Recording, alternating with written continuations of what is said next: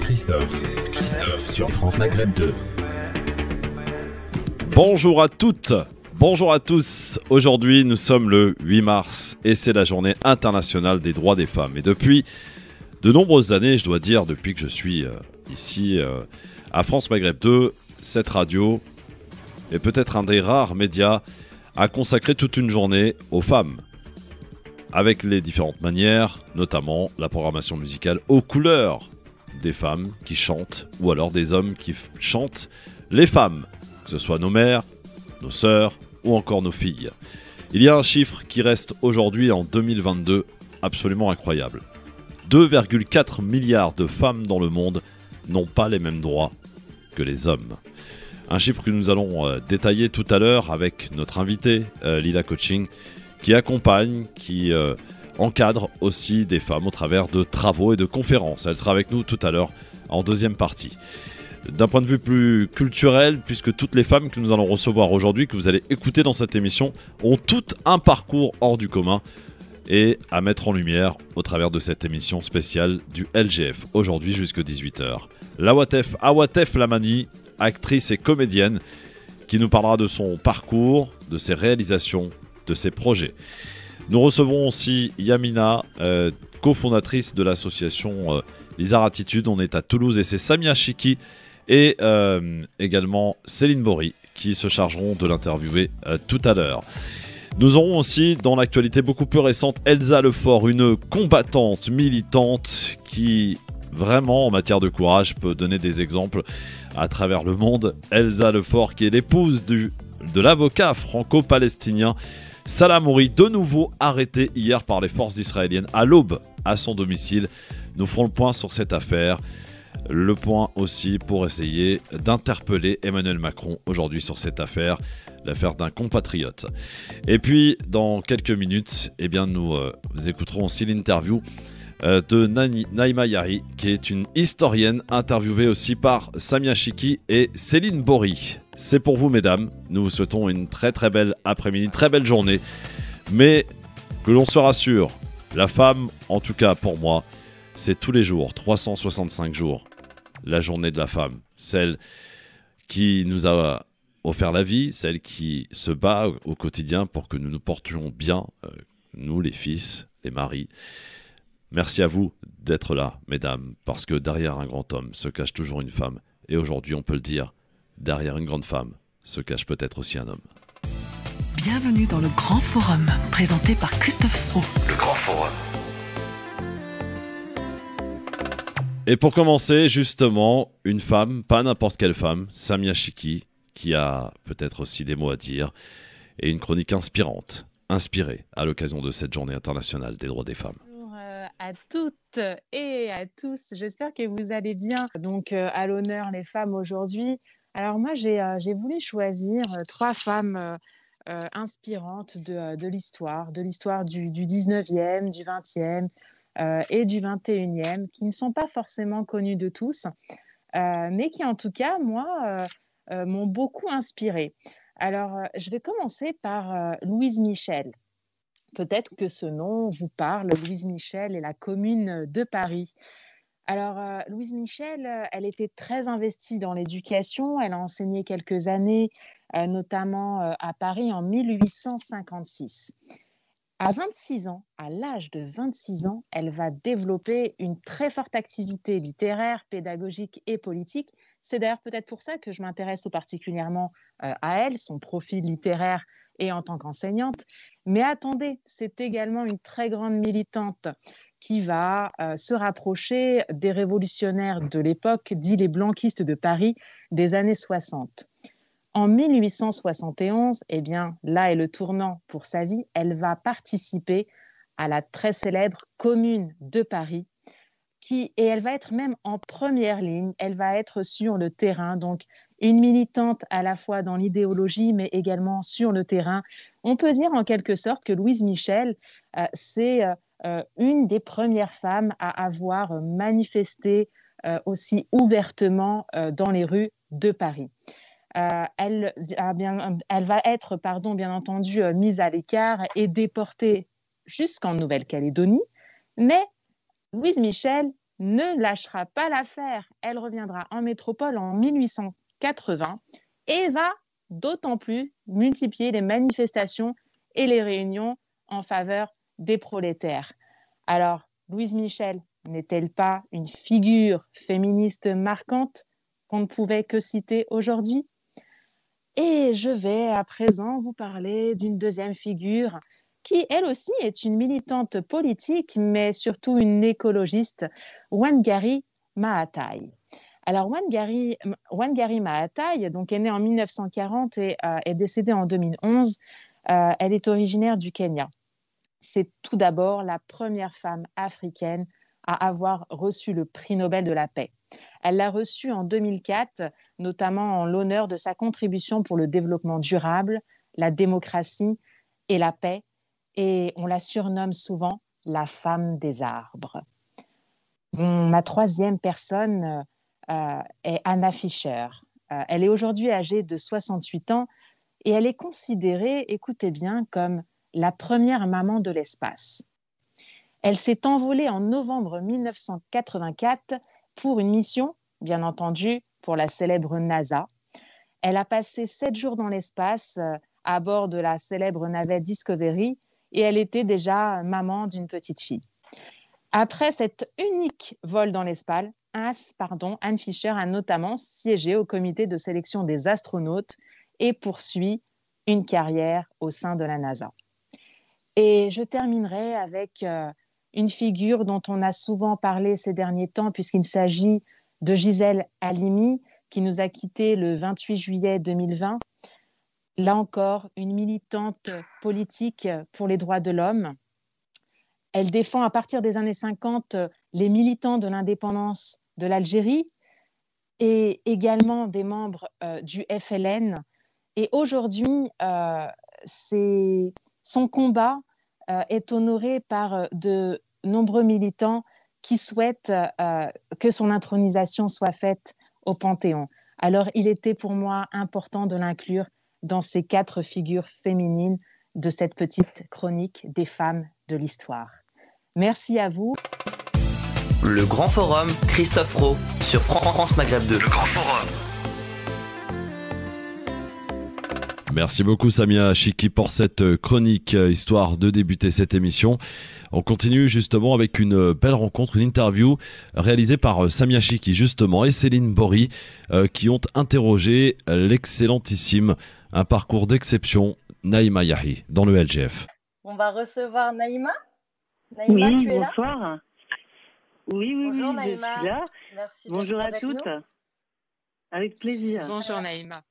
Bonjour. Alors, Naïma Yahi, donc historienne, spécialiste de l'histoire de l'immigration. Naïma, tu as plusieurs casquettes puisque, outre tes travaux d'historienne, tu participes activement à des expositions, tu fais du travail artistique, enfin, tu participes aussi à des programmes artistiques. Est-ce que tu peux nous expliquer un petit peu ton parcours et tes multiples travaux, entre guillemets? Alors, mon parcours, il est relativement simple. Je suis de formation donc historienne après un doctorat d'histoire consacré à une histoire culturelle des artistes algériens en France. J'ai poursuivi dans le domaine de la création artistique et dans le monde associatif, avec pour objet de faire connaître l'histoire et la mémoire de la vie artistique et culturelle de l'immigration. Ça va se traduire par des activités que j'exerce aujourd'hui comme directrice adjointe de l'association Ville des musiques du monde à Aubervilliers, qui promeut, comme son nom l'indique, les musiques et les danses du monde, mais en France, et à travers un festival et une école des musiques du monde. Et surtout, j'ai une activité d'auteur également, puisque j'écris des films, des spectacles, des ouvrages qui relatent les grandes figures de la création artistique dite de l'exil, dans toutes les disciplines, avec un tropisme pour la musique. Et après, c'est cette belle chronique dédiée aux grandes dames, aux grandes femmes de notre histoire commune et universelle. Je ne suis qu'impressionnée. Et je dirais que dans mon travail, il y a aussi la volonté de faire connaître les invisibles. Parmi l'immigration, les femmes sont encore plus invisibilisées. Et il s'agit de sortir de grille de lecture qui est celle du travailleur immigré, qui écrase l'histoire des représentations de l'immigration, puisque dès qu'on sort du champ du travail, on ne voit plus l'immigration, et donc on ne voit pas surtout la génération des mamans. Et moi, je travaille autour de cette mémoire des femmes dans l'histoire de l'immigration qui elle-même est déjà bien invisibilisée. D'accord. Tu peux nous parler des différentes expositions avec lesquelles tu as pu collaborer?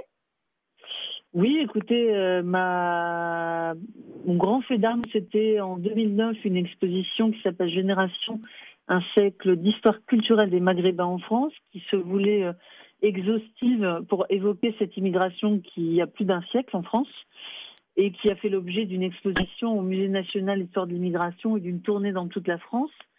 Celle-ci offrait pour la première fois un panel de la création artistique, culturelle et intellectuelle des Maghrébins, en passant par les mouvements sociaux et les temps politiques comme les Première et Deuxième Guerres mondiales ou les guerres de décolonisation. Il s'agissait de comprendre quelle était l'empreinte que laissent les Maghrébins en France depuis plus d'un siècle. J'ai poursuivi ce travail d'exposition autour d'autres thématiques, comme par exemple les femmes en lutte issues de l'immigration dans les quartiers populaires en 2013, l'histoire des représentations à travers la place des Maghrébins dans l'affiche, donc les affiches d'hier et d'aujourd'hui, et puis près de nous, une exposition dédiée aux présences maghrébines à Toulouse, avec mes partenaires de Tactique Collectif et des artistes Mousse et Hakim que vous connaissez bien sur votre antenne, qui nous ont accompagnés pour pouvoir produire cette exposition qui était unique, puisqu'il s'agissait à l'échelle d'une ville de reconnaître et de valoriser la présence maghrébine dans toute sa diversité, dans une ville qui a été traversée notamment par l'histoire des rapatriés, des familles harkis et de l'histoire de l'immigration post-coloniale classique. Aujourd'hui, je travaille avec mes partenaires du CNAM à une exposition dédiée à la musique de l'immigration et je reviendrai sur votre antenne pour vous en parler dans quelques mois. Avec grand plaisir. En tout cas, moi, j'ai eu la chance de voir cette exposition au Blédier à Toulouse, une magnifique exposition, et j'ai vraiment été impressionnée. J'ai appris énormément de choses par la qualité des images et par la qualité des archives et la qualité du travail que vous avez pu faire en partenariat avec le Tactique Collectif. Tu as dit, Naïma, dans une de tes interviews, que notre mémoire, votre mémoire, donc, a une valeur et qu'il est important de la transmettre et de la faire connaître au plus grand nombre. Est-ce que tu peux nous parler de l'importance de cette transmission?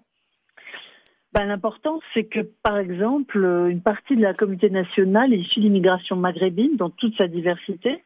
On pourrait faire le même constat avec d'autres immigrations afro-caribéennes, asiatiques et d'autres continents d'émigration vers la France métropolitaine, notamment en provenance des anciens territoires colonisés. Cette immigration non européenne, elle interroge les représentations, elle interroge les fantasmes. Et aujourd'hui encore, des Français issus de ces flux migratoires sont encore montrés du doigt comme un corps étranger à la nation. Et notre travail d'histoire et de mémoire, c'est de créer les outils de la transmission, par exemple des mémoires combattantes.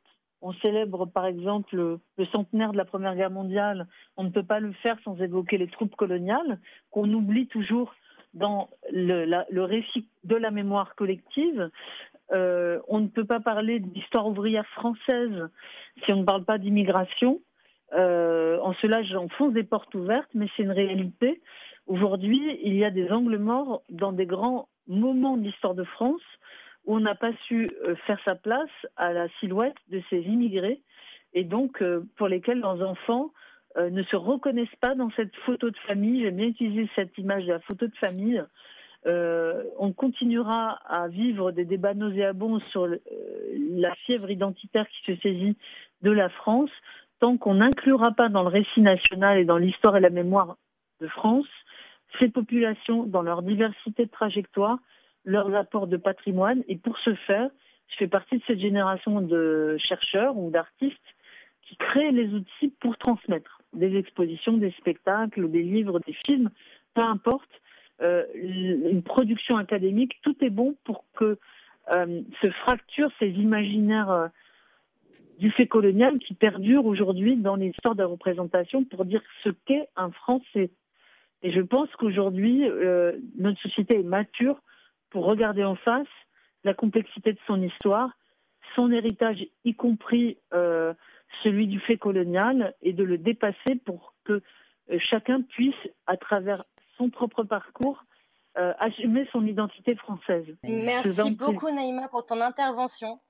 À très bientôt. Au plaisir de te retrouver merci. sur la radio. Merci à Céline Bory et à Samia Chiki pour nous avoir fait partager ce moment en compagnie de l'historienne Naïma Yahi. Effectivement, Naïma Yahi, une grande dame, évidemment, qui a interrogé donc à l'instant Céline Bory et Samia Chiki. Dans un instant, on écoutera Audrey Pronesti qui nous a livré un petit poème. C'était il n'y a pas si longtemps, évidemment, par rapport à l'affaire du petit Ryan qui a été dans un puits pendant plus de 5 jours au Maroc.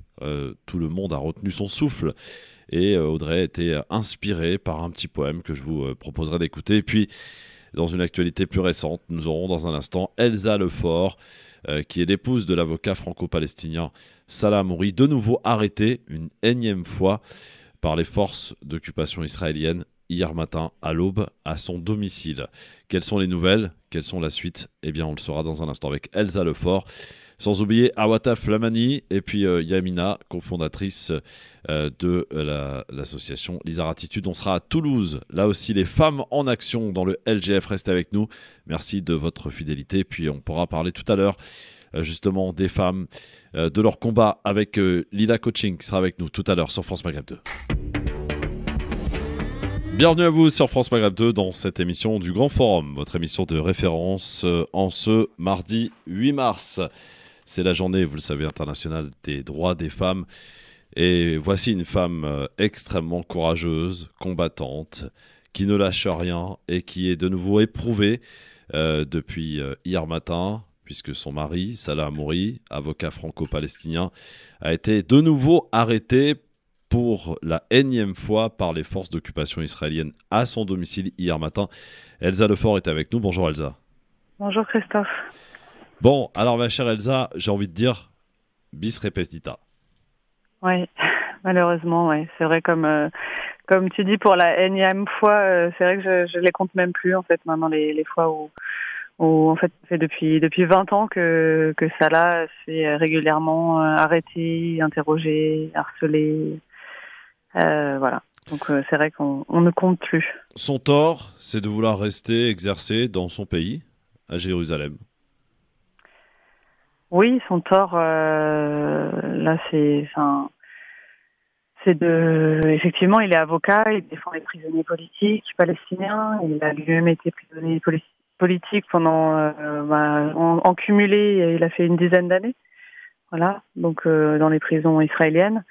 Et malgré tout cet acharnement, le fait que les Israéliens lui rendent la vie extrêmement difficile, aussi bien professionnellement que personnellement, et il refuse de se plier à leur injonction qui est en fait, il veut qu'ils partent, qu'ils quittent la Palestine, quoi. Et comme il refuse de partir, il continue, en fait.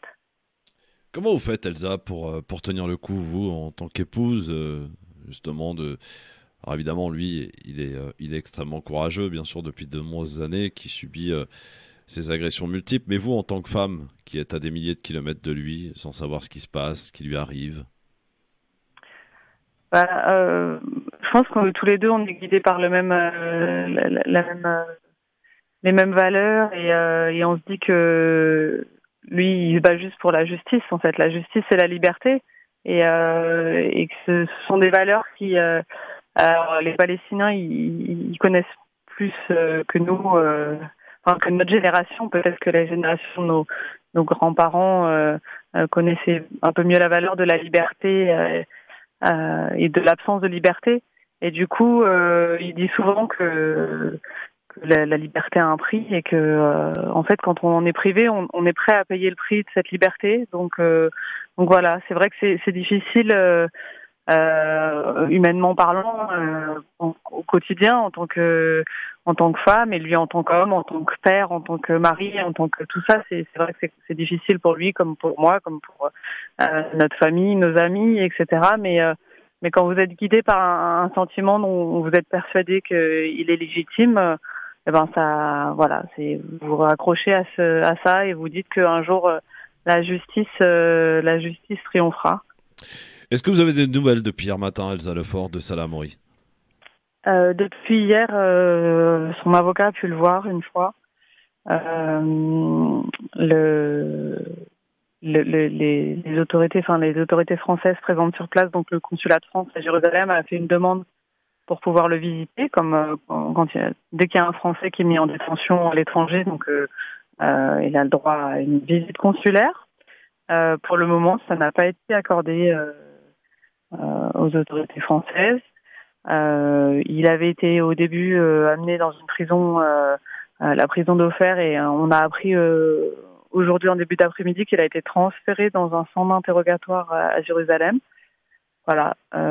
Mis à part ça, on ne sait pas pourquoi il a été arrêté. Bien sûr, même son avocat on ne lui a pas stipulé les motifs et voilà. Et les autorités françaises n'ont toujours pas pu le voir. Et ça fait maintenant plus de 24 heures qu'il est en détention.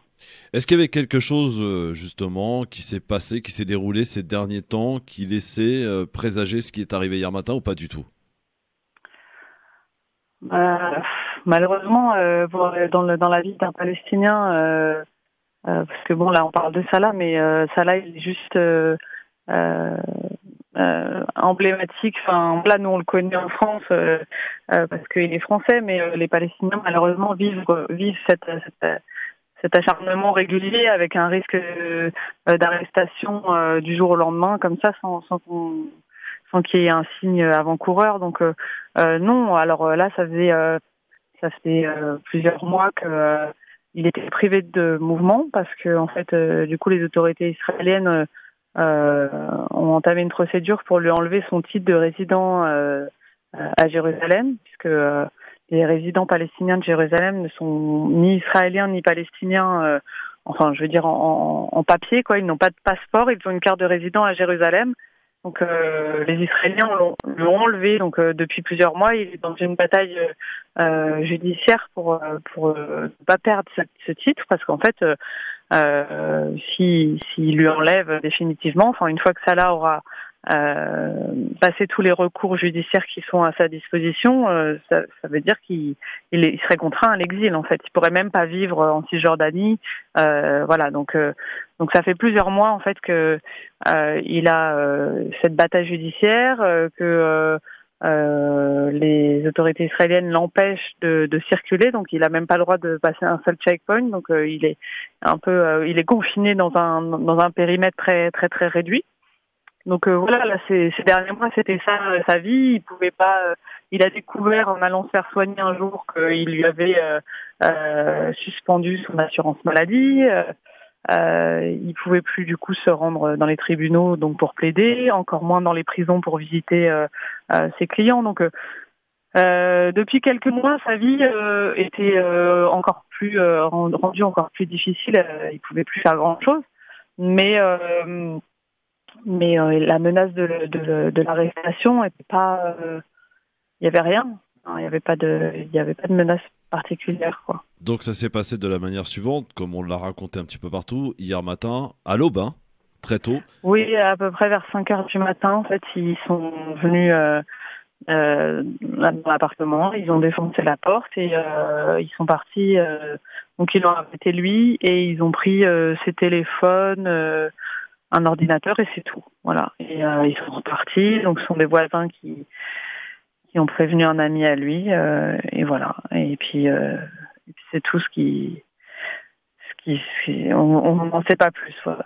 Ils ont pas. Donc de nouveau pour vous, ici en France, il va falloir réouvrir le combat de la mobilisation. Il va falloir remobiliser. Il va falloir recontacter l'Élysée, la présidence et remettre en marche tout un circuit que vous aviez déjà à plusieurs reprises d'ailleurs mis en marche justement pour demander, exiger non seulement sa libération, mais demander ce pourquoi d'ailleurs il a été arrêté déjà, la première chose. Oui, pour le moment, c'est vrai que c'est un peu particulier parce que là, la diplomatie française, on sait bien qu'elle est occupée sur un autre front, que du coup, elle est pas. Est-ce que vous pensez d'ailleurs que c'est pas par hasard que cette arrestation ait lieu maintenant? Bah, il y a le contexte de la guerre en Ukraine, mais il y a aussi le contexte franco-français de l'approche des élections présidentielles. Enfin, il y a peut-être plusieurs facteurs qui font que effectivement, en ce moment, c'est vrai que la diplomatie française, elle a vraiment d'autres chats à fouetter. Le président candidat désormais. Il a sûrement pas envie d'affronter ses amis israéliens pour ce français, ce maudit français qui se fait harceler. Alors voilà, c'est sûr que le timing il est assez difficile pour nous et que voilà, il faut sûrement redoubler d'efforts. Mais on va voilà, on a déjà contacté les autorités françaises. Il y a déjà des parlementaires qui ont écrit à Macron également. Maintenant, on essaye de voir. Il faut aussi qu'il y ait de la mobilisation. Il y a déjà des organisations. Je pense à des associations de soutien au peuple palestinien qui sont mobilisées. Maintenant, Amnesty International il y a quelques semaines publié un rapport extrêmement complet sur l'apartheid en Israël et un rapport qui a été très commenté par les politiques français, et aussi dans le monde. Et dans ce rapport, il y a 2 pages qui sont consacrées à ça là, donc qui décrivent le harcèlement qui vit depuis maintenant une vingtaine d'années. Donc je pense que c'est un cas qui est quand même qui dure depuis trop longtemps et surtout que, nous, on ne demande pas grand-chose, en fait. On demande juste à pouvoir vivre en famille, comme une famille tout à fait banale à Jérusalem. Donc voilà, c'est quelque chose qui, a priori, est à la portée de la diplomatie française si toutefois elle se mobilise. Oui. Elsa, les auditrices auditeurs qui nous écoutent aujourd'hui peuvent éventuellement se demander comment pouvons-nous vous aider? De quelle manière l'opinion publique peut aider Salah, peut vous aider, vous, Elsa, et ses soutiens? Tout le monde peut bien sûr interpeller. Nous, on vise le haut du gâteau, on vise le président, parce que au bout d'un moment, voilà, c'est pas. Il faut mettre les moyens qu'il faut parce que ce harcèlement dure depuis trop longtemps. Donc voilà, tout un chacun, on peut interpeller le président. Alors bon, il y a bien sûr les réseaux sociaux. Après, je sais que le président, il est en campagne, donc il bouge pas mal aussi en France. Donc il y a peut-être aussi, alors il est très entouré, mais il y a peut-être moyen de lui en toucher 2 mots. Voilà, il y a aussi la possibilité, bien sûr, d'interpeller les parlementaires. Eux aussi, ils sont en campagne. Les députés, ils sont en campagne électorale, donc il faut aussi ne pas hésiter à les solliciter pour que même ils fassent pression, parce que voilà, au bout d'un moment, nous, on en a marre en fait de solliciter les autorités françaises. On aimerait bien ne pas avoir à faire ça dans notre vie, et avoir une vie tranquille, quoi. Donc voilà, tout un chacun, voilà, on peut agir à notre niveau en sollicitant. Voilà, après il y a aussi il y a toujours ce mur médiatique qui est parfois difficile à franchir. À part les médias fidèles comme le vôtre, voilà, c'est vrai que c'est toujours difficile. Voilà, on n'entend pas parler de Salah Hamouri dans les médias mainstream. Donc, si des gens ont l'occasion d'interpeller aussi des journalistes ou les rédactions, parce que les journalistes souvent ils veulent faire, mais leur papier n'est pas forcément publié. Donc voilà. Les chefs de rédaction plutôt, interpeller les chefs de rédaction. C'est ça. Ouais, c'est ça. Ouais. Elsa, évidemment, cette journée internationale des droits des femmes, on a évidemment une pensée pour la femme palestinienne, ô combien courageuse, Elsa. Ah oui, c'est clair que les femmes palestiniennes, c'est des modèles de résistance, de résilience, de courage, parce qu'au quotidien elles vivent l'occupation, mais puis en plus de l'occupation elles vivent aussi toutes les discriminations liées à au fait qu'elles sont des femmes, donc elles ont apporté une double résistance pour exister en tant que femme et exister en tant que peuple occupé. Donc voilà, et puis bien souvent quand un homme se fait arrêter parce que des prisonniers politiques en Palestine, il y en a actuellement plus de 4500, quasiment toutes les familles sont touchées, hein. Les hommes sont arrêtés et des femmes, régulièrement. Et des femmes aussi, d'ailleurs.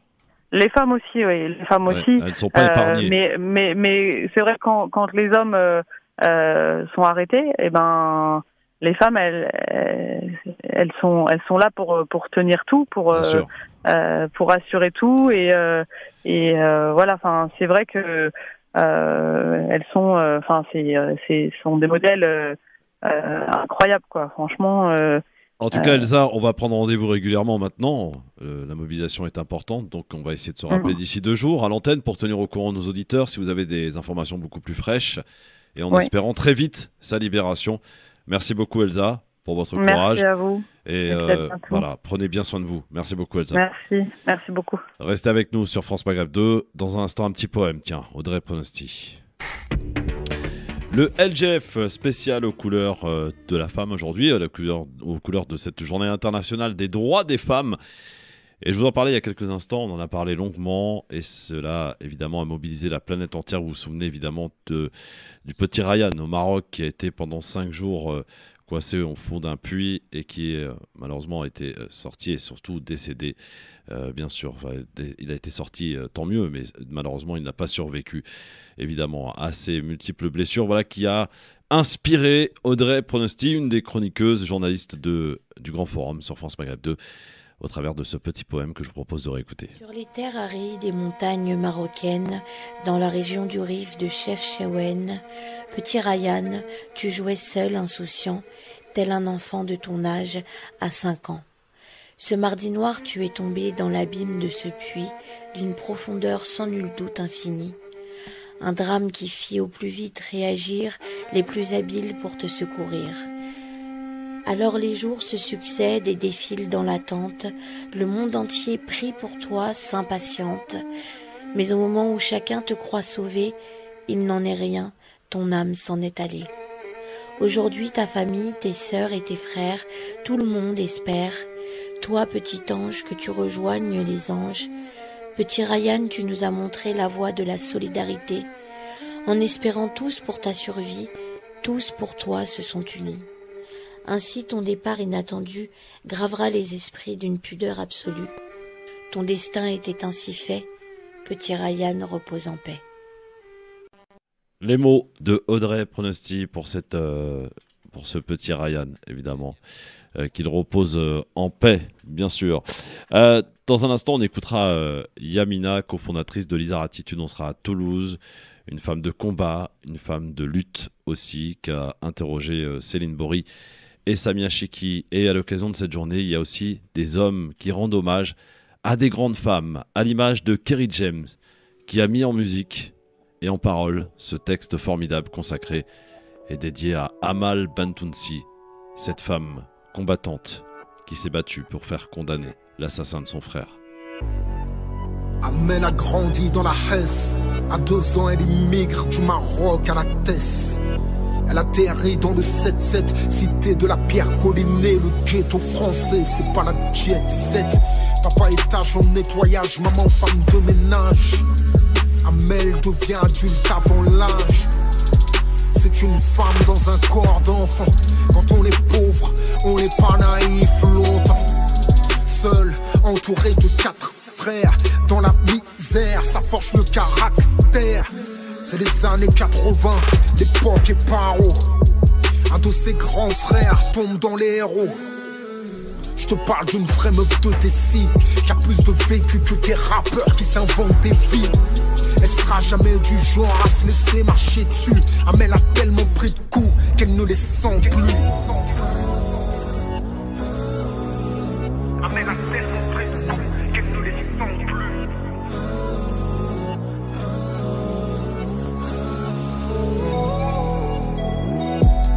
Amel a un petit frère qui s'appelle Amine. On n'échappe jamais à ce que Dieu nous destine. Amine est fougueux, Amine n'a pas froid aux yeux. Pur produit de la banlieue, Amine joue avec le feu. Incarcéré à 13 piges, le juge l'assassine. Plus jeune détenu de France, son avenir se dessine. Amel a beau écrire au tribunal, rien n'y fera. On passe pas tous entre les gouttes comme Alexandre Benalla. Son incarcération sera destructrice. Amine vit cet emprisonnement comme une injustice. Amine vomit le système, Amine à l'arrache.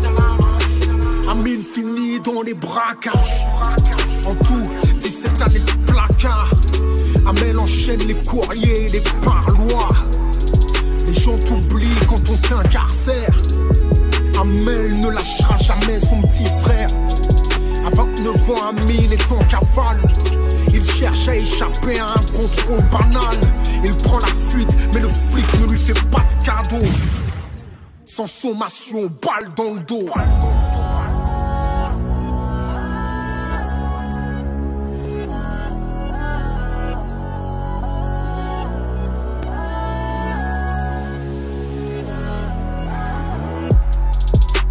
Puisqu'ils ont tué son petit frère, contre le système, Amel part en guerre.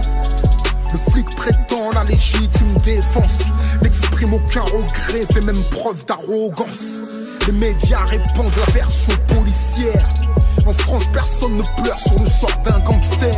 Ses parents vivent dans la peur, mais Amel ne lâche rien. Et elle finit par trouver des témoins.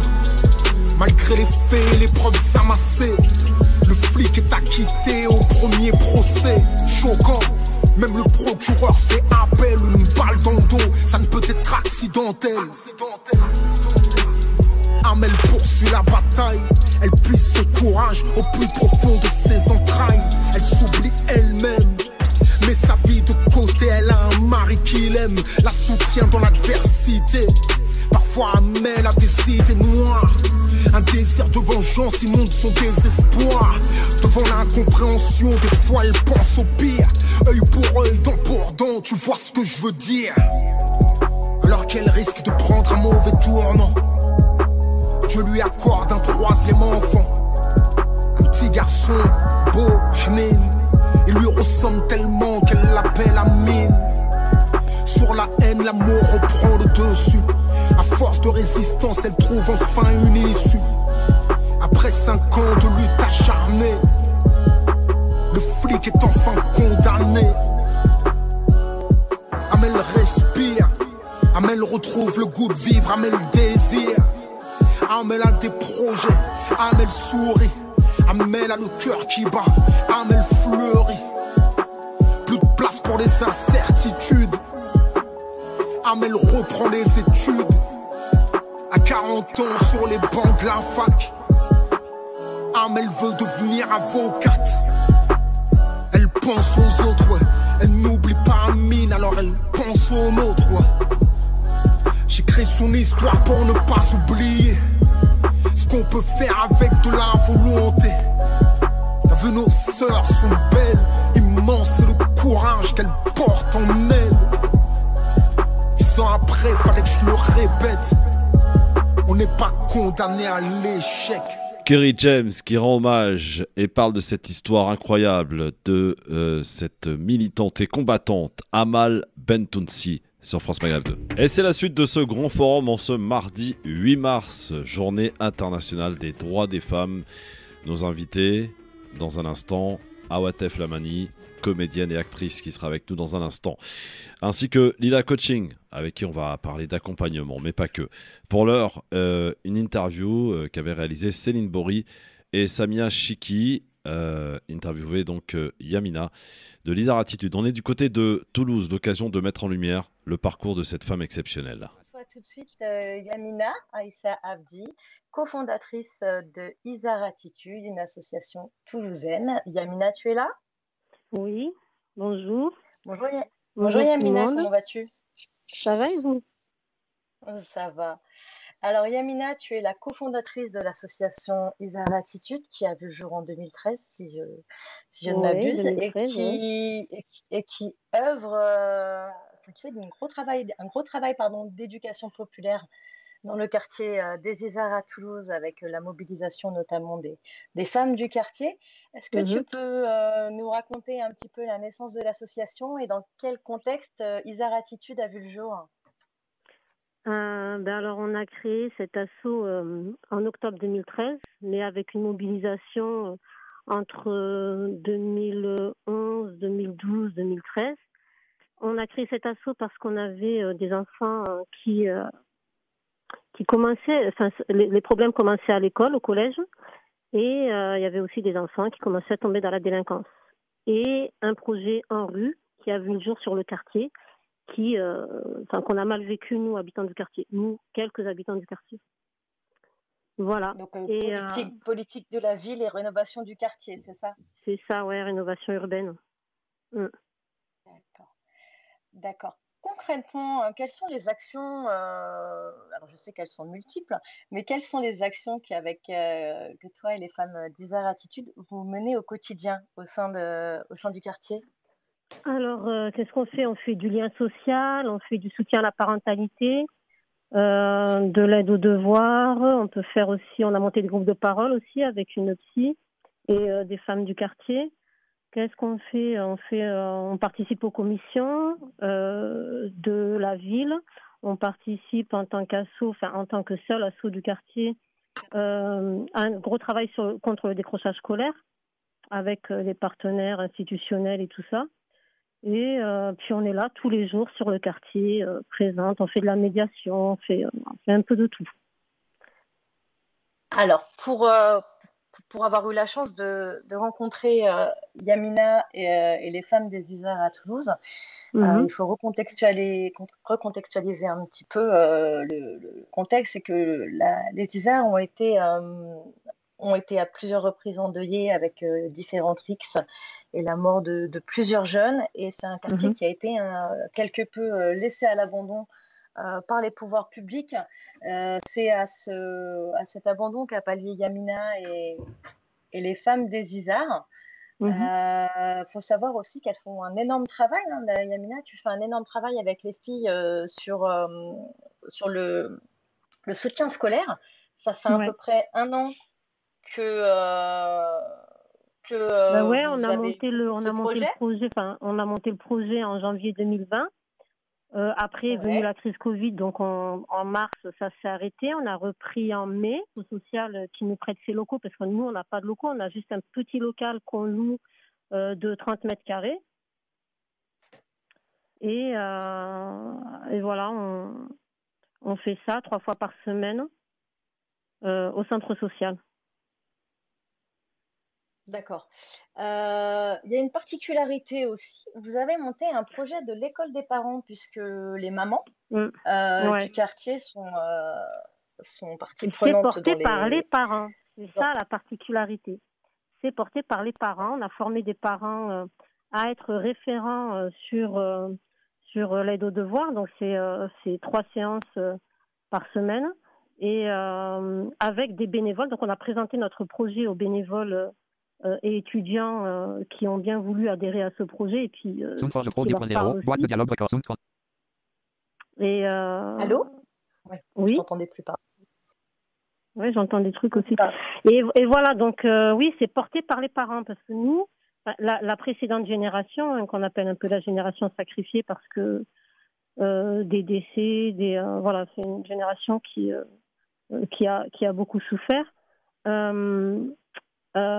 L'école nous disait réussite éducative, éducateur, mettez vos enfants là. Et il se trouve que tous les enfants sont tombés dans la délinquance, pratiquement tous. Et là, on s'est dit, on va prendre en main ce projet-là et on va voir si ça fonctionne, si ça fonctionne pas, on essaye. Et pour le moment, ça fonctionne. On avait 15 enfants l'année dernière, on en a une 40aine maintenant. Ça leur plaît.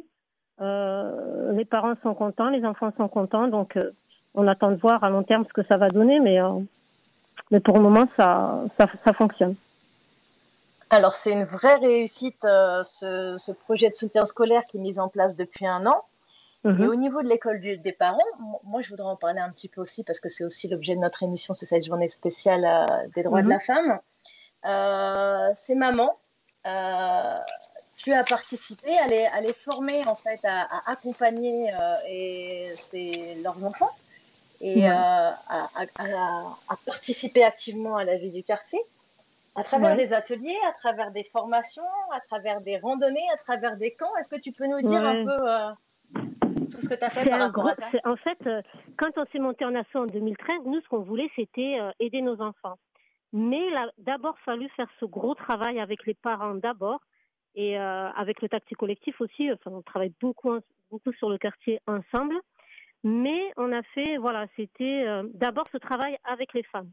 Donc, c'était beaucoup de femmes, donc les enfants qui tombent dans la délinquance, donc les parents qui se sentent, comment je pourrais dire, qui s'en veulent énormément, qui se disent où c'est qu'on a fauté et tout ça. Et du coup, on avait mis en place un groupe de parole pendant 1 an et demi, donc ça leur a permis un peu de déculpabiliser et tout ça par rapport à leurs enfants. Et après, on a fait randonnée, vélo, tout ce qui peut faire que les femmes aillent mieux déjà. Parce que pour t'occuper de ton enfant, il faut que tu ailles bien. Il faut que tu sois bien. Et c'est tout ce qu'on a fait pendant quelques années. Des réunions, c'est pareil, on organise des réunions, on organise des animations sur le quartier. Enfin, on est un peu sur tous les fronts. Samia, tu as des questions par rapport à... Oui, bonjour Yamina. Alors moi, bonjour Samia. Je vous entends parler depuis tout à l'heure et je suis vraiment très très très heureuse d'entendre ce type d'initiative parce qu'elle s'inscrit pleinement dans une démarche moi qui m'intéresse tout particulièrement, qui est celle de la coéducation. Vous savez, cette démarche qui consiste à faire travailler tous les acteurs éducatifs pour la réussite justement de nos enfants et donc des élèves.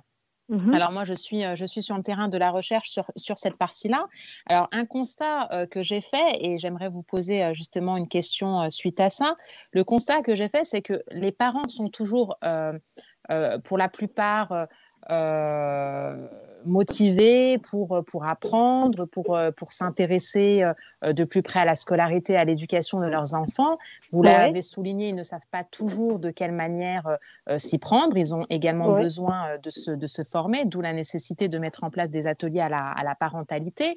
Alors, par contre, j'ai constaté une chose, c'est que parfois, ces démarches-là, lorsqu'elles sont entreprises, notamment par les associations et les associations de quartier, sont parfois un peu mal perçues, notamment par les collectivités locales et les collectivités territoriales.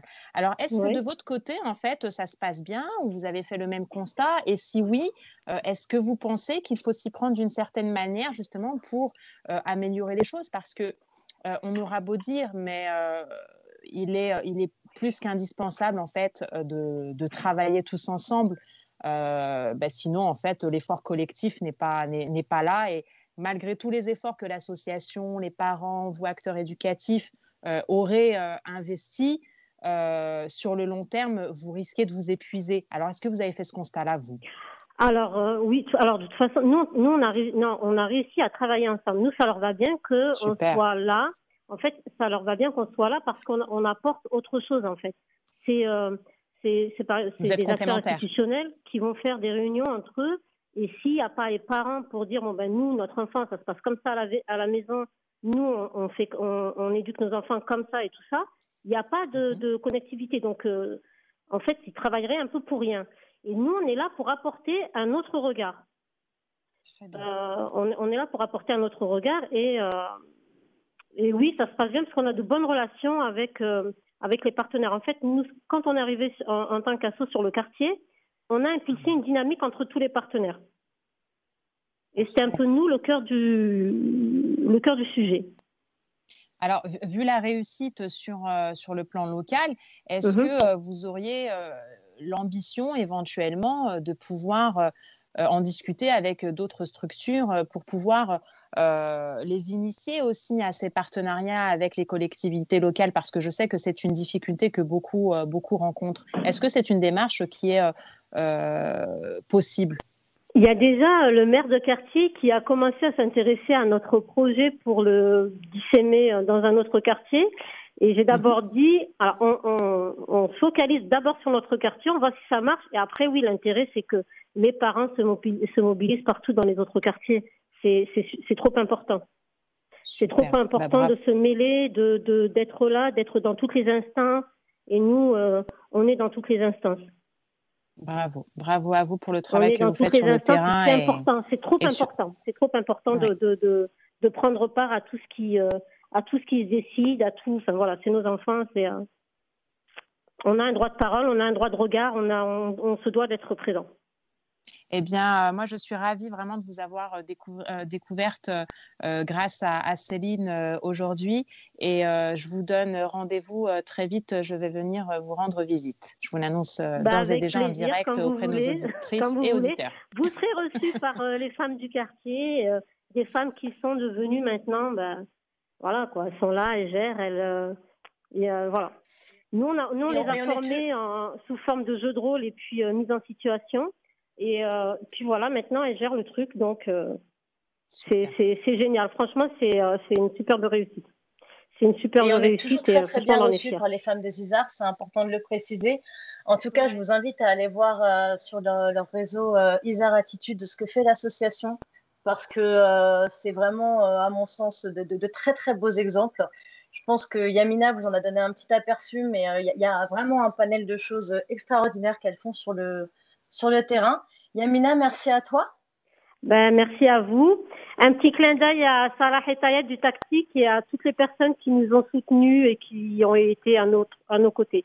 Parce qu'on s'est créé dans la douleur, on a vécu des événements difficiles, tragiques, on a vécu de beaux moments.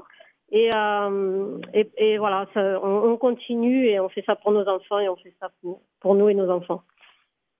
Et pour une société plus juste et un vivre ensemble plus juste aussi comme on se l'imagine nous. Merci beaucoup Yamina de ton intervention. À très bientôt. Je vous embrasse. Voilà, belle rencontre qu'a faite Céline Bory et Samia Chiki, Yamina de l'Isard Attitude du côté de Toulouse. Ces femmes en action. Et on continue avec ces femmes en action avec Lida qui est avec moi en studio. Lida Coaching. Bonjour Lida. Bonjour Christophe, bonjour à tous les auditeurs qui nous écoutent. Merci d'être là aujourd'hui. Je sais que voilà, tu es un emploi du temps ultra chargé. Bon, je te laisse bien t'installer puisque j'ai une autre femme d'action aussi qui est avec moi par téléphone, Awatef Lamani, la grande Awatef Lamani. Comment ça va ? Écoute, ça va très bien, merci. Et vous, comment allez-vous ? Écoute, je suis ravi de te recevoir pour cette journée internationale des droits des femmes. Est-ce que pour celles et ceux qui ne te connaissent pas, il en reste quelques-uns encore sur la planète, est-ce que tu peux te présenter, ma chère Awatef ? Oui, je peux me présenter. Je suis Awatef, je suis comédienne, réalisatrice. C'est-à-dire que j'écris et je réalise aussi des courts-métrages, des web-séries et voilà. Et qu'est-ce que je peux dire d'autre ? Non, je suis citoyenne du monde. Je sais pas. Alors, allô. Ah oui, on t'écoute. Moi, je suis tout oui, ma chère Awatef. Je t'avais découverte d'ailleurs dans une pièce de théâtre. Tu étais venue d'ailleurs à plusieurs reprises dans cette émission sur France Maghreb 2. Et où en es-tu d'ailleurs dans ta carrière de comédienne, Awatef ? Alors, ma carrière de comédienne, je suis plus dans la pièce de théâtre, s'est arrêtée par rapport aux circonstances qu'on a eues en 2020-2021, c'est-à-dire le Covid. La pièce n'est plus d'actualité, en tout cas pour le moment, sauf en tournée, et c'est avec une autre actrice, du coup, pour le coup. Ouais. Puisque moi, je suis partie en tournage au Maroc, puisque je travaille beaucoup au Maroc. J'ai fait la série pour le Ramadan de l'année dernière. Et puis, j'ai surtout beaucoup écrit, puisque je suis beaucoup en écriture en ce moment. Donc voilà, par rapport à... Là, j'ai une web-série qui est sortie aussi également, ouais. Que j'ai faite au Jamel Comedy Club. Ouais. En tant que comédienne, voilà. Bon, eh bien, la période du Covid a été, je suppose, comme beaucoup d'artistes, difficile, compliquée. Comment tu l'as vécu? Bah, moi, je l'ai vécu, j'étais en plein tournage au Maroc. Donc, du coup, je me suis retrouvée bloquée au premier confinement à Casa, seule. Donc, c'était pas la meilleure période de ma vie, j'ai envie de dire. Ouais. Ouais. C'est compliqué, hein, mais comme beaucoup. Puis après, c'est vrai que le Covid nous a un petit peu tous touchés. C'est pas forcément évident pour tout le monde. Et puis pour les artistes, enfin moi, surtout ceux qui sont dans le monde du spectacle, même des tournages, etc. Enfin, ça n'a pas été la meilleure période pour beaucoup de personnes. Hein. Sauf pour ceux qui sont dans la médecine, j'ai envie de dire. Ouais, ça a été voilà. la grosse période. Ah, Watef, quand est-ce qu'on aura le plaisir de te revoir sur les planches? C'est une très bonne question. Ah bah, si je suis là pour ça. Je veux bien la date aussi. C'est calme. C'est calme. Ouais. Je suis en écriture. En écriture. En écriture, oui. Et puis, si ça arrive, bien évidemment, je ne manquerai pas de vous en faire part à tous. Évidemment. Et puis, je passerai te voir aussi pour en parler avec grand plaisir. Tu as sorti une série aussi sur la femme, je crois, tu m'avais dit à Watef? Non, c'est un court-métrage. Un court-métrage, d'accord. Ouais, c'est un court-métrage qui parle je l'ai fait pour le festival Nikon, qui cette année avait pour thème le rêve. Ouais. Et en fait, à la base, c'était pas censé être un court-métrage, c'était juste, j'étais avec un pote, cadreur, on s'est dit, on va se balader dans Paris, on va faire des belles images. Puis après, en fait, en voyant les images, je me suis dit, mais je peux pas juste poster des images comme ça gratuitement, il faut que je raconte quand même une histoire. Puis comme je suis quelqu'un qui est militante pour la femme, je me suis dit, je vais essayer de trouver un texte. Et comme je suis en écriture sur tout ce qui est emprise et violence psychologique, donc ce que j'ai fait, c'est que j'ai écrit une voix off. J'ai tourné d'autres images qui sont un petit peu plus en cohérence avec ce que j'ai écrit. Et puis du coup, c'est devenu un court-métrage que j'ai publié pour le festival Nikon, qui est toujours en ligne d'ailleurs. Qui s'appelle Je t'abîme. Alors, c'est écrit je t'aime, mais il y a le B entre parenthèses qui veut dire je t'abîme. Ouais, c'est très joliment trouvé. Très joliment trouvé. Et évidemment, on peut le retrouver où, ce court-métrage?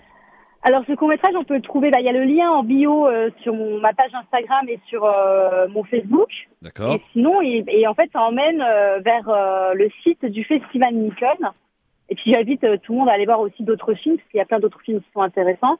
Après, le mien traite les violences faites aux femmes, mais plus particulièrement les violences psychologiques. Pourquoi c'est un sujet sur lequel tu avais envie de faire quelque chose? Peut-être parce que, déjà, dans un premier temps, parce que je suis une femme. Je pense que c'est un mais ça élément suffit important. pas, ça suffit pas, la réponse. Ça ne suffit pas, bien sûr. Parce que c'est un sujet qui me tient à cœur depuis toujours. J'avais toujours été contre l'injustice, pour les femmes. C'est pas, d'ailleurs, je le dis dans le court-métrage, c'est pas, je le fais pas contre les hommes, mais pour les femmes, parce que parfois ça peut être aussi mal interprété. Ça a toujours été un sujet important chez moi. Pourquoi je peux pas l'expliquer, c'est juste que c'est à chaque fois que j'ai écrit quelque chose, là ça traitait une injustice ou une violence faite aux femmes, et j'ai pas de comment dire, je n'ai pas de phrase toute faite. D'ailleurs, j'aurais peut-être la travailler, cette phrase, pour expliquer le pourquoi du comment. Ouais. C'est juste que ça vient du cœur, ça se fait naturellement, je ne réfléchis pas à pourquoi. Après, le sujet des violences psychologiques, c'est quelque chose que j'ai subi, donc peut-être que c'est pour ça aussi que j'avais besoin d'en parler. C'est une façon aussi d'extérioriser tout ça. Ouais. Bah oui, forcément. Oui, forcément. Il y a toujours une raison, n'est-ce pas, Lila? Tu écoutes à Watef Lamani? Oui. Je pense que voilà, qu'est-ce que tu as rajouté sur ce que tu viens d'entendre? Écoute, voilà, je pense que c'est un sujet qui nous touche tous et toutes, donc on n'a pas forcément besoin d'avoir vécu quelque chose pour être touché par le sujet. Ouais, mais quand on l'a vécu, ça transparaît davantage. Voilà, tout à fait, exactement. On est encore plus touché, on a envie justement d'apporter quelque chose et de faire en sorte que les choses bougent et changent. Moi, je vous donne un chiffre, mesdames, qui est terrible aujourd'hui. On est en 2021. 2 milliards 4 de femmes qui n'ont pas les mêmes droits que les hommes dans le monde. C'est un chiffre terrible à Watef. C'est énorme, c'est même pas terrible, c'est illégal. Je savais même pas que ça pouvait être aussi énorme. C'est terrible. Ouais. Et ouais, malheureusement, et puis mais les droits, d'ailleurs, c'est la journée des droits des femmes. Ouais. Même si je pense que c'est tous les jours, il n'y a pas besoin d'une journée particulière pour se battre. Tu as pour en raison. parler. Ouais. Mais c'est vrai qu'aujourd'hui, on a la possibilité, j'ai envie de dire la légitimité de pouvoir en parler toute la journée. Exact. Et qui plus est sur France Maghreb 2, qui est un des rares médias d'ailleurs où, par exemple, la programmation musicale est exclusivement féminine, où on écoute par exemple aussi des hommes chanter les femmes, que ce soit nos mères, nos filles, nos sœurs, voilà. À travers aussi des programmes comme le Grand Forum qui s'adaptent aussi pour cette journée si spéciale. Mais dommage, et c'est peut-être là, aussi un aveu d'échec qu'il faille qu'on y consacre une journée, alors que normalement la femme, on la célèbre, on lui rend hommage tous les jours. Ouais, je suis assez d'accord. Je pense que je tiens quand même à dire bonjour à Lina, parce qu'elle a parlé, mais on ne s'est pas salué. Oui. Bonjour Lina. Lila, voilà, Lila, Awatef, Lila. Les présentations sont faites. Voilà. Elle fait du coaching, ça peut servir aussi, hein. Ça peut servir, ma chère Awatef. Ravi de te rencontrer aussi, du coup, Awatef. Voilà, et d'écouter ton parcours. Sportif ou du coaching Alors, personnel. C'est plutôt du développement personnel. Je suis coach et thérapeute en développement personnel et professionnel. Ouais, ça c'est très important, surtout de nos jours et surtout avec ce qui est post-Covid et puis ça aide beaucoup aussi, je pense, ça peut beaucoup aider les femmes qui en ont besoin, qui subissent quelques violences, quelles que soient, et même sans forcément avoir ce besoin-là. C'est toujours important de faire attention à soi. Sans avoir forcément de problème. Et tu peux la retrouver sur Instagram, Lila Coaching, voilà. Sur Internet, sur Instagram, sur Facebook, tout ça, sur tous les petits trucs sympas. Awatef, qu'est-ce que je peux te souhaiter là, avant de partir? Qu'est-ce que tu peux me souhaiter? Déjà une belle journée. Une très belle journée à toi. Ça c'est gratuit, c'est tranquille. Voilà, c'est tranquille. Alors, en plus il fait beau. Ouais. Que l'écriture aboutisse et que mon film se fasse et que devienne une... Le film. Et que je viendrai en reparler avec toi. Tu es chez toi, Awatef, quand tu veux. Merci beaucoup, Christophe. Je t'embrasse et une belle journée à toi. Merci beaucoup, Awatef. Bonne journée à vous. Bonne journée à vous. Awatef. Awatef Lamani, que vous pouvez suivre sur les réseaux, bien sûr. N'hésitez pas. Voilà, une grande comédienne, pas assez connue à mon goût. Voilà. À très vite, Awatef. Merci beaucoup. À très vite. Merci, Christophe. Voilà, j'avais besoin de ton petit clin d'œil pour cette journée internationale des droits des femmes. Comment ça va, Lila? Écoute, ça va bien. Je suis contente d'être là ce soir avec vous. Très touchée parce que je viens d'animer un atelier pour une entreprise qui embauche des personnes et des femmes en particulier en insertion et qui ont des parcours difficiles, pas évidents, et à la fois qui se battent, qui travaillent, qui font en sorte d'avoir une vie épanouie et joyeuse malgré le contexte difficile dans lequel elles se trouvent. Et voilà, j'ai été très touchée d'écouter leur parcours. Bon, eh bien, tu vas te présenter un petit peu à nous dans un instant, ma chère Lila. Qu'est-ce que le coaching développement personnel? Tu vas tout nous expliquer. Les cas que tu traites éventuellement, voilà, et puis peut-être aussi s'il y a des questions d'auditrices et d'auditeurs, hein, ils ne sont pas interdits d'antenne non plus, qui peuvent nous appeler au 01 40 33 9000. On est tranquillement avec Lila, ensemble jusqu'à 18h sur France Maghreb 2, dans cette émission aujourd'hui spéciale du LGF. Aujourd'hui, on ne parlera pas de la guerre en Ukraine, on ne parlera pas de Macron, on ne parlera pas de politique. Voilà, on y consacre toute une émission à celle qui nous a donné la vie, à ma mère, à nos mères, à nos sœurs, et puis aussi à nos filles, bien sûr. À tout de suite. Merci d'être avec nous en direct sur France Maghreb 2 dans cette émission du Grand Forum, le LGF. Aujourd'hui, consacrée à cette journée internationale des droits des femmes, avec mon invitée qui est avec moi aujourd'hui. Elle s'appelle Lila. Lila Coaching, c'est son nom sur les réseaux, Lila. Est-ce que tu peux nous présenter ton activité, ma chère Lila? Oui, alors Déjà, je m'appelle Lila Hadj Mohamed, je suis fondatrice de Lila Coaching et j'accompagne des hommes et des femmes pour les aider. Je suis spécialisée en confiance en soi et du coup, j'accompagne des hommes et des femmes pour les aider à avoir plus confiance en eux, pour les aider à évoluer, à créer du changement dans leur vie. Et les gens viennent me voir en général parce qu'ils ont envie de créer du changement, parce qu'ils ont envie d'évoluer, parce qu'ils ont envie d'avoir des relations plus saines, que ce soit dans leur vie privée, dans leur vie professionnelle. Pour créer aussi une meilleure communication. Qu'est-ce qui t'a donné envie de faire ce métier ? Alors, c'est parti d'un désir vraiment personnel et puis d'un cheminement aussi personnel. À ma jeunesse, quand j'avais 18-20 ans, j'ai beaucoup manqué de confiance en moi. Et du coup, je me suis tournée vers le coaching, vers la thérapie. J'ai fait un gros travail sur moi qui m'a vachement aidée à évoluer, à aller de l'avant, à avoir plus confiance en moi. Et du coup, ça me tient à cœur aussi d'accompagner d'autres personnes dans ce chemin. J'étais comptable auparavant. Je m'ennuyais dans mon... Ça change. Oui, tout à fait. Ouais. Je m'ennuyais dans mon poste de comptable. Ouais. Et quand j'étais pas comptable, je me baignais dans le monde du développement personnel. Je faisais des stages en communication non violente. Je faisais des stages de développement personnel. Je faisais des stages en leadership. Donc, j'étais tout le temps, en fait, baignée dans ce domaine-là. Et puis, à un moment donné, je me suis dit, pourquoi pas en faire un métier. Ouais. Parce que c'est là où je m'épanouis, c'est là où je me sens à ma place. Alors, Lila, est-ce qu'il y a la période post-Covid, justement, une montée en puissance de personnes qui ont perdu confiance en eux ? Oui, certainement, ça a impacté beaucoup de gens cette période. Je pense qu'il y a eu énormément de remises en question, il y a eu beaucoup d'angoisses qui sont montées, il y a eu de la peur, et on est encore dans ça. Et oui, certainement, le contexte fait que ça fait remonter beaucoup de choses. Et oui, ça fait perdre aussi confiance, toute cette incertitude qu'il y a en ce moment.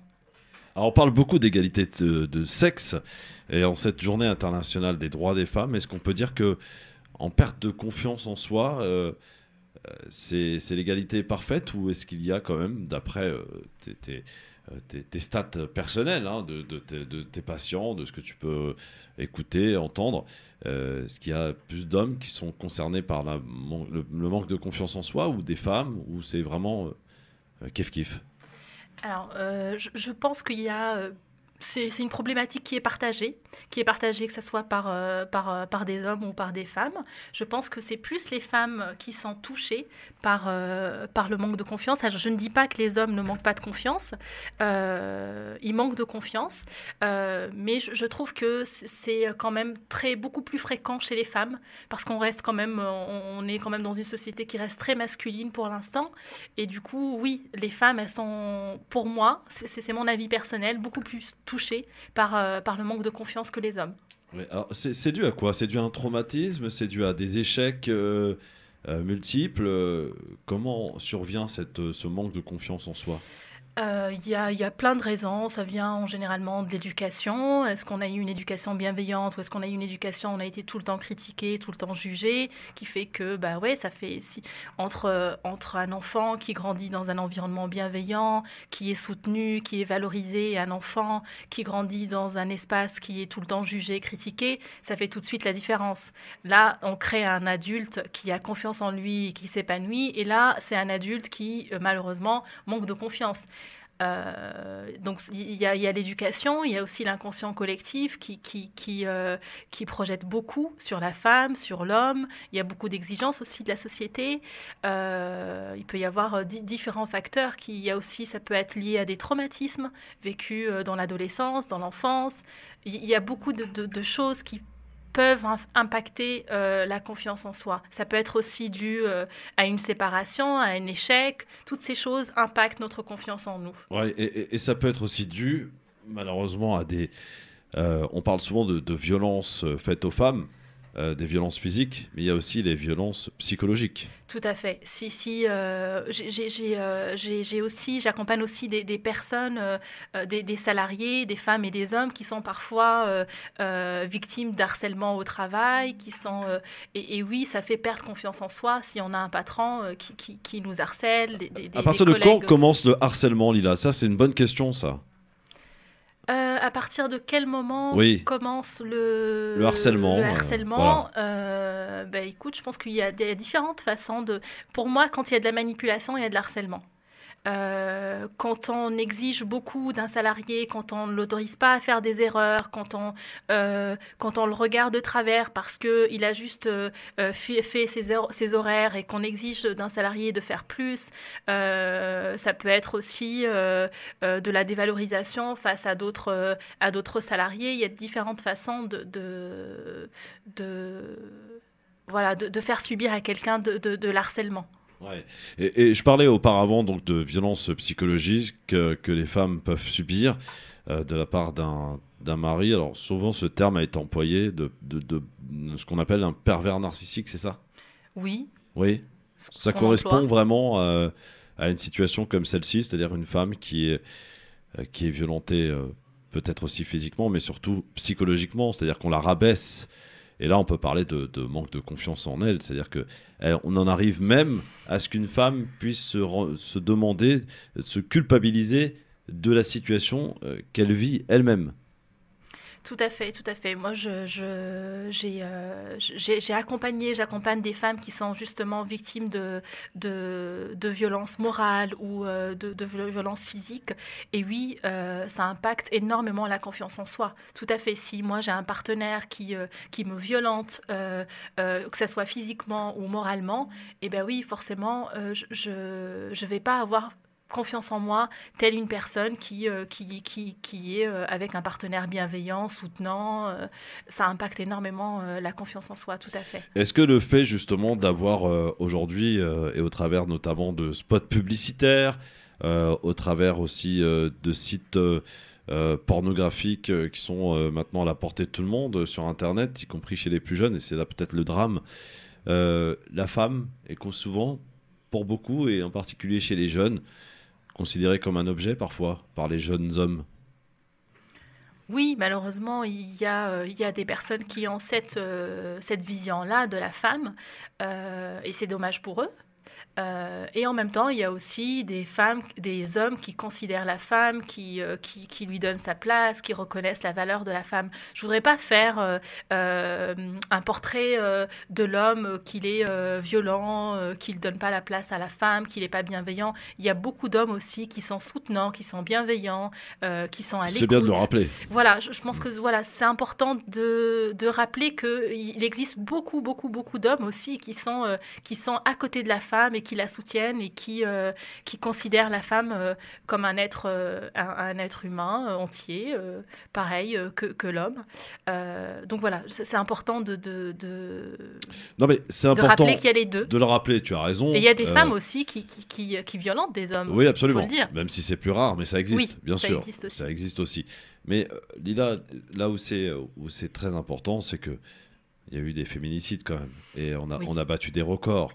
Des femmes qui se retrouvent mortes sous les coups de leur mari ou de leur ex-compagnon. C'est des chiffres qui, moi, m'interpellent. Je veux dire, aujourd'hui, dans un pays comme la France, concentrons-nous en France, parce que la violence faite aux femmes, je veux dire, c'est partout dans le monde. Hein. Il n'y a pas de société plus concernée que d'autres. Voilà, ni de se référer à une religion ou quoi qu'est-ce. Là, pour le coup, ça concerne tout le monde. Et on le voit d'ailleurs dans les femmes et les portraits de femmes qui sont malheureusement tombées et qui sont mortes sous les coups de leur mari ou de leur ex-compagnon. Voilà, toutes les femmes de toutes les couches de la société sont touchées, concernées. Voilà, il n'y a pas de... pour le coup, voilà, personne n'est épargné malheureusement. Oui, tout à fait. Ça n'a pas de lien avec d'où on vient, la culture, la religion, tout ça. Toutes les femmes sont touchées par ça malheureusement. Et il faut faire vraiment très attention. Je m'adresse en particulier aux hommes. Voilà, dans un couple, comme dans la vie, on peut parfois un petit peu s'énerver, on peut parfois se disputer, on peut parfois voilà, avoir des mots qui dépassent un peu nos pensées. Mais il y a un truc qui est fatal, c'est-à-dire toucher une femme. Voilà, un homme qui porte un coup à une femme, c'est d'abord c'est pas de la force, c'est de la faiblesse. Et c'est de la lâcheté. Lila. Oui, tout à fait. Je pense que dans un couple, on est tous confrontés à avoir des moments où on se dispute, on n'est pas d'accord. Et oui, parfois, les mots peuvent dépasser la bienveillance. Et à la fois, je pense que c'est important d'en parler après, de s'excuser, de faire en sorte d'avoir un cadre bienveillant le maximum. Et oui, bien sûr qu'on peut pas être d'accord et à la fois faire attention à ces mots. Et c'est très important, c'est ça qui permet au couple de vivre et de grandir ensemble. Et oui, je suis pas du tout d'accord avec de la violence, qu'elle soit morale ou physique ou autre. Lila, il y a beaucoup de femmes qui disent oui, il l'a fait une fois, il s'est excusé et il m'a promis que ça recommencerait pas. Et beaucoup disent un homme qui a tapé une femme une fois est amené à recommencer. C'est vrai ou pas? Je vais donner mon avis personnel. Je pense que si la personne, elle se permet de le faire une fois, oui, il y a des chances qu'elle le refasse. Oui. Ouais. Alors, aujourd'hui, ton travail principalement est d'accompagner des femmes et des hommes en perte de confiance, mais pas que, hein, tu le disais aussi. Oui, pas que, oui. Voilà, que ce soit dans le domaine privé ou professionnel. Est-ce qu'aujourd'hui, justement, d'un point de vue professionnel, on a, avec le télétravail, est-ce que tu as observé des changements, par exemple, d'attitude, de problématiques? Est-ce qu'il y a des problématiques qui sont apparues, qui n'étaient pas forcément présentes auparavant? Alors, je voudrais dire que j'accompagne aussi des gens qui vont très bien. Il y a des gens qui viennent me voir parce qu'ils vont pas bien et des gens qui viennent me voir parce qu'ils vont bien et qui ont envie de Quelle est l'utilité de venir te voir si on va très bien, Lila? C'est parce qu'on a envie, par exemple, parfois, de changer de carrière, faire une reconversion professionnelle, évoluer, créer une meilleure communication dans son couple, au travail, savoir mieux s'affirmer. Voilà, on peut aussi aller bien et faire appel à du coaching parce qu'on a envie, on a cette envie d'évoluer et de créer du changement, d'avancer. Moi, je vais bien dans ma vie et pourtant, je me fais accompagner aussi pour aller de l'avant, pour réaliser mes objectifs, pour réussir. Voilà, on peut aller bien et se faire accompagner. Bon, tant mieux, ça c'est une bonne nouvelle. Donc, et du coup, ta question? Ma question, je vais te la poser dans un instant, ne bouge pas, on va continuer avec vos appels aussi si vous le souhaitez au 01 40 33 9000. Je te poserai la question suivante justement, tiens, c'est très important pour les parents qui écoutent à cette heure-ci. Comment faire en sorte, peut-être des petites recettes, des petites choses que tu pourrais nous préconiser pour que justement on permette à l'enfant d'avoir confiance en soi. C'est important d'avoir confiance en soi pour avancer dans la vie. On en reparle dans un instant. Merci d'être avec nous en direct sur votre radio France Maghreb 2. L'occasion de nous appeler si vous le souhaitez au 01 40 33 9000. J'aimerais peut-être entendre des témoignages de femmes qui ont réussi un parcours professionnel qui s'épanouissent dans leur travail, dans leur vie privée, ou aussi des femmes qui ont subi aussi différents types de harcèlement, que ce soit au niveau du travail, au niveau privé. Des témoignages très importants, bien sûr, que l'on souhaite écouter, entendre avec vous au 01 40 33 9000. Et vous pouvez, si vous le souhaitez, bien sûr, rester tout à fait anonyme. Avec Lila, qui est avec nous, fondatrice de Lila Coaching. Justement, avant la pub, moi, je te posais la question suivante. On parlait, puisque tu es amené à t'occuper, à accompagner donc de gens qui ont une perte de confiance en soi. Quels sont les petits conseils que tu pourrais donner à des parents, à des jeunes parents, ou à des parents tout court d'ailleurs, pour que leur enfant puisse justement apprendre à se faire confiance? Des petits conseils justement à donner aux parents pour qu'on puisse aider l'enfant à avoir confiance en soi. Alors, je dirais la première des choses, c'est apprendre à écouter son enfant. Ouais. Souvent, les parents vont bombarder leurs enfants de conseils, alors que l'enfant, il a juste besoin d'être écouté. Ça peut être un enfant qui traverse une émotion particulière, de la colère ou de la tristesse ou toute autre émotion. Et souvent, les parents ont tendance à étouffer l'émotion de l'enfant, à vouloir tout de suite sauver l'enfant, alors qu'il y a besoin justement de laisser à l'enfant la place pour vivre son émotion, pour l'écouter, juste être présent et l'accompagner. Donc, je dirais... Voilà, la première des choses, écoutez vraiment vos enfants et puis permettez-leur de traverser leurs émotions juste en étant présent. C'est déjà énorme. Est-ce qu'on peut parler de tout avec les enfants? Est-ce qu'on peut parler de tout? Je pense que oui, on peut parler de tout. Il y a des formes, il y a des manières de tourner les choses. Et oui, l'enfant est très intelligent et on peut bien sûr parler de tout à l'enfant. Qu'est-ce que je voudrais donner aussi? C'est de la bienveillance. C'est important. C'est ça ce qui forge un adulte qui a confiance en lui. C'est des parents qui sont soutenants, qui sont valorisants, qui sont bienveillants. Donc je dirais, valorisez vos enfants, c'est très important. Dites-leur ce qui va bien, ce que vous aimez chez eux. C'est très important la valorisation et surtout la bienveillance. Voilà, utiliser des mots bienveillants, c'est très très important. Et quand ils font des bêtises? Je pense qu'il faut les responsabiliser, d'en discuter avec eux, de voir, tiens, t'as fait ceci, qu'est-ce qui fait que t'as agi comme ça, comment tu peux réagir d'une façon différente la prochaine fois. Je pense qu'il y a deux choses, hein. Une chose importante à remettre en question le comportement, mais pas la personne. Est-ce qu'il y a une période peut-être plus critique chez un enfant qu'une autre? Par exemple, je pense à l'adolescence. Oui, c'est une période de transformation pour l'adolescent où il se passe énormément de choses hormonales. Il y a cette entrée dans la vie d'adulte. Il se passe beaucoup de choses et c'est une période où les parents ont besoin déjà d'être soutenus parce que c'est pas évident d'accompagner un adolescent. Ouais. Et à la fois, c'est important de savoir accompagner l'adolescent par l'écoute, par la bienveillance, par la valorisation. Voilà, ces choses-là font du bien. L'autorité est importante, mais est-ce qu'il faut la limiter ou pas, l'autorité? Je dirais une autorité bienveillante. Une autorité bienveillante, une autorité qui permet à l'enfant et à l'adolescent de se responsabiliser, d'être autonome. C'est important d'avoir du cadre. Surtout à l'adolescence, on a besoin de cadre. Voilà, avoir du cadre et en même temps aussi de savoir aussi garder de la souplesse. Ouais. Tout à l'heure, tu disais effectivement accompagner aussi des gens qui vont très bien ou qui ont le souhait, le désir d'effectuer un changement de carrière. Est-ce qu'il y a un âge particulier? On dit souvent qu'à 40 ans, voilà, c'est l'âge du changement ou c'est l'âge de la maturité, selon d'ailleurs. Oui ou non, ça se retransmet dans tes parcours, de ceux que tu rencontres. Est-ce qu'il y a une tranche d'âge où justement on se pose des questions, on a envie de nouveau se surprendre peut-être, ou alors d'essayer autre chose, de tenter autre chose, que ce soit dans la vie professionnelle ou privée. D'ailleurs, on se dit tiens, il y a beaucoup de femmes ou d'hommes qui n'ont pas vécu une jeunesse et qui se sont mariés très jeunes et qui à 40 ans ont un désir de liberté.